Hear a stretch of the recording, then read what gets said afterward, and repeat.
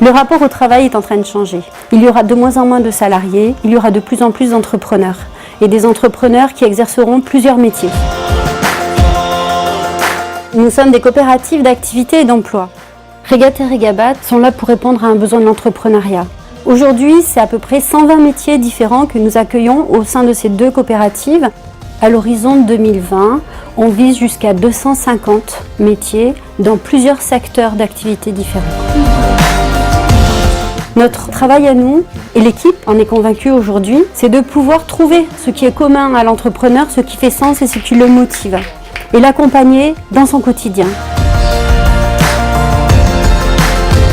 Notre combat, être des activateurs d'avenir.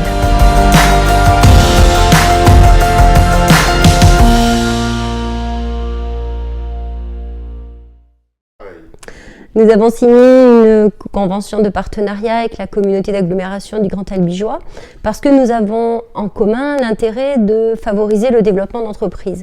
La communauté d'agglomération nous propose d'avoir une permanence dans leurs murs de façon à ce que l'on se voit régulièrement, que nos entrepreneurs puissent du territoire venir avoir des rendez-vous avec notre coopérative en proximité, et surtout le fait de se rencontrer permet de croiser des entrepreneurs qui ont choisi d'autres formes d'entrepreneuriat, d'autres formes de statut et qui ont plusieurs métiers différents, et surtout de collaborer et d'apprendre à coopérer ensemble en faveur du territoire.